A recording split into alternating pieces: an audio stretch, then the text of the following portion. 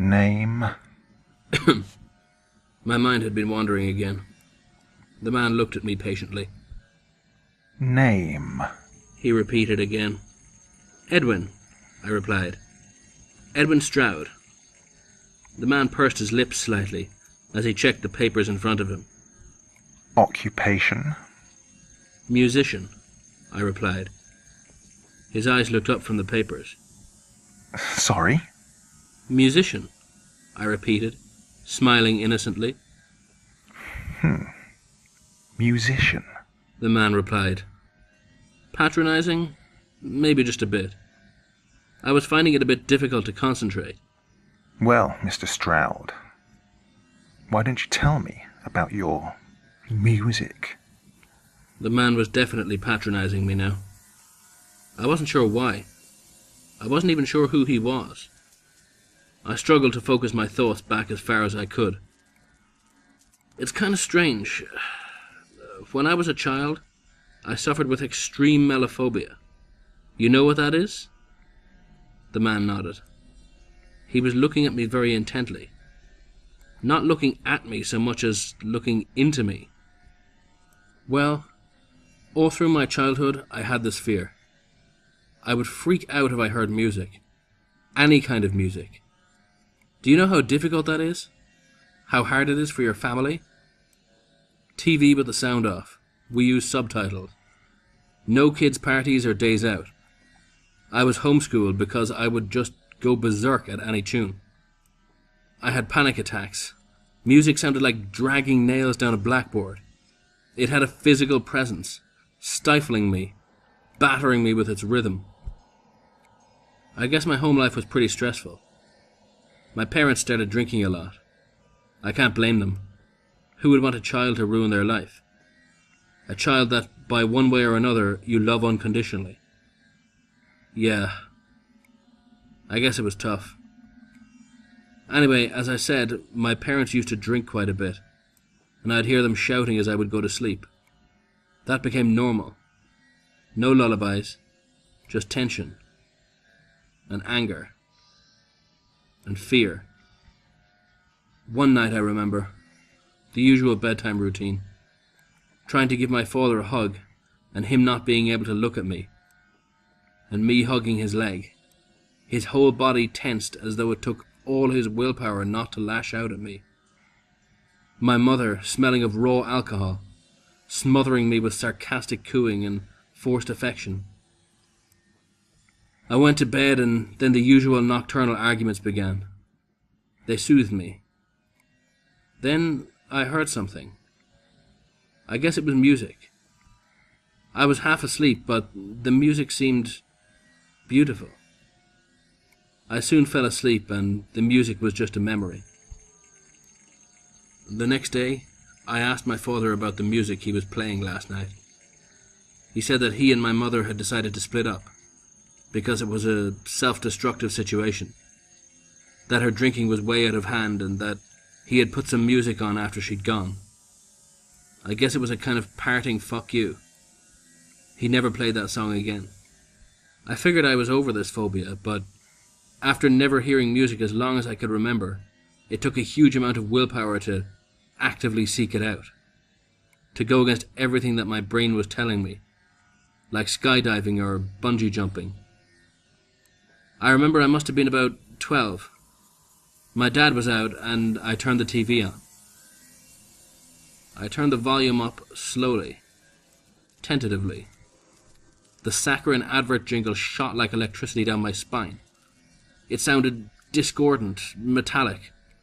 It was jarring in its ferocity. I couldn't move. I wasn't over it. I started to panic, and I collapsed on the floor. My father found me about an hour later, in the fetal position, rigid with fear and covered with sweat. We got rid of the TV. I blinked, the memories fading fast, and I was back in the room. The man was still staring intently at me, the fluorescent lights reflecting in his glasses. He pushed them up the bridge of his nose slightly, and leaned forward, almost imperceptibly. Then what? He said. As he finished the sentence, his mouth curled in the corner, as if he was somehow humouring me by listening to this story. By the time I was 15, my dad was hardly around. He would be out drinking all the time and doing whatever else he did now that my mum had left. I found I could go out at night.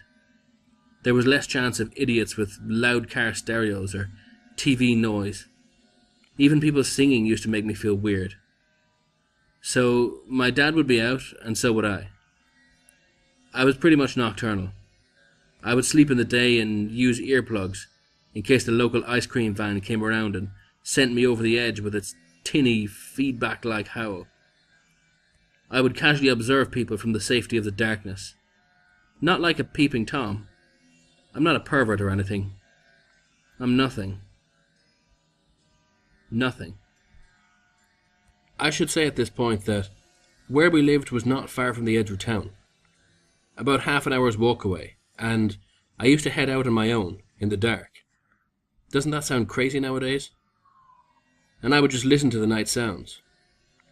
One night I was out laying on my back, looking at the stars, when a car drove past and stopped.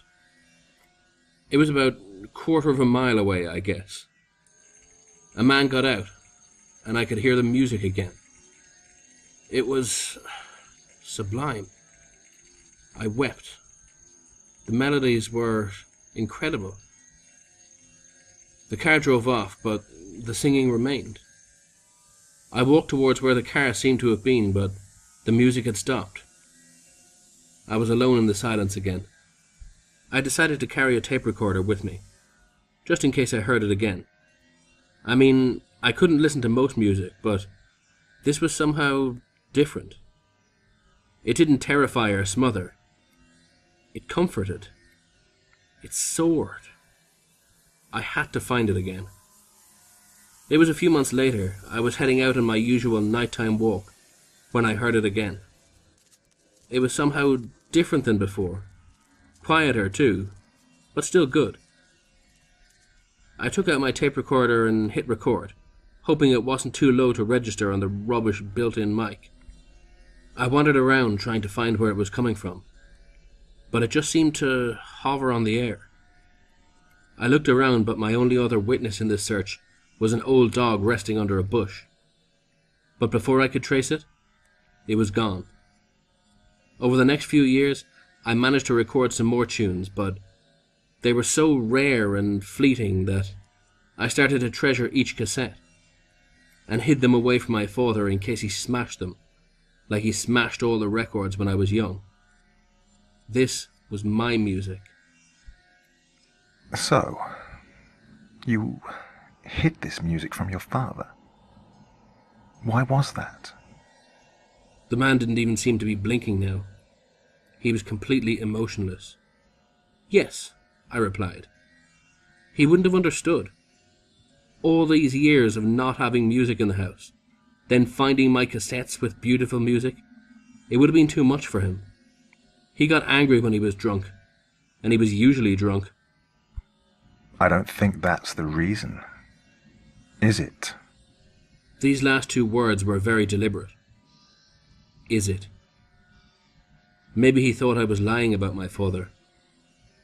Maybe he thought I didn't have those wondrous tapes hidden away. We found your tapes. There were lots of them. I knew. I wasn't lying. When did you start making your own music? Again, the sarcastic tone. I didn't understand why he was patronizing me. I smiled. You know, it took a long time to figure out. I was having to make do with finding these songs just floating on the air. They didn't happen very often, but I would treasure them when they did. Then, I found out how to make this music myself. It was not as hard as you'd think. The tricky part was finding musicians up to the job. Like they say about stories, everybody has one good one in them. Some have more than one. The trick is to get them to make music for as long as possible. That was where I needed to study, to tease these songs out of the chaos of thought, to write longer songs. At first, like any musician, I was clumsy. Hours of work might only produce a few chords, maybe the beginnings of a melody. I did learn, though, and became more productive. The songs started to flow, and I began to fall in love with music. Because of my condition, I could only work with one musician at a time. I would record what they had to offer, then move on. I would mix the separate recordings together to make whole songs. I had to travel around to find people to work with, and I found talent everywhere. The expression on the man's face seemed to change for the first time. He still looked into me, but now he didn't like what he saw. He was done humoring me. You know, we also found your recording studio. The statement seemed to hang there, unfinished. Was he waiting for me to add something? Really, impressive, isn't it? I smiled again, hoping to diffuse the tension that was quickly arising in the atmosphere. You were certainly busy. For the record, I'm showing Mr. Stroud the photos we took at his recording studio. The man spoke into a tape recorder just like mine. He placed one photo after another on the table in front of me, all taken in a darkened, filthy room. In the middle of the room was a sturdy wooden chair, with leather straps hanging from the arms and legs. There was a dark patch on the floor. A microphone hung at about head height in front of the chair. One photo of a small tin containing teeth of various sizes. One photo of a severed finger. One of a metal table with various tools. One of a tape recorder. And now, the musicians. The photos were falling faster onto the table now, as though the man didn't want to even touch them, in case he was somehow tainted by them. Photos of bloodied bodies, people of all ages, brutalized beyond recognition. This poor bastard, he said as he threw the last photo down. This poor soul lasted for 3 days after we found him. He died the day we got to you. Ah, yes. He was very resilient, I replied. I had a week's worth of music from him. I smiled again. The man looked at me and I could see his jaw tense. Take him away. 2 large men walked in through the door and hoisted me to my feet. It's such wonderful music, I said. Beautiful, beautiful music. I was dragged down the corridor back to my room. I fell asleep to the sound of music drifting down the corridors.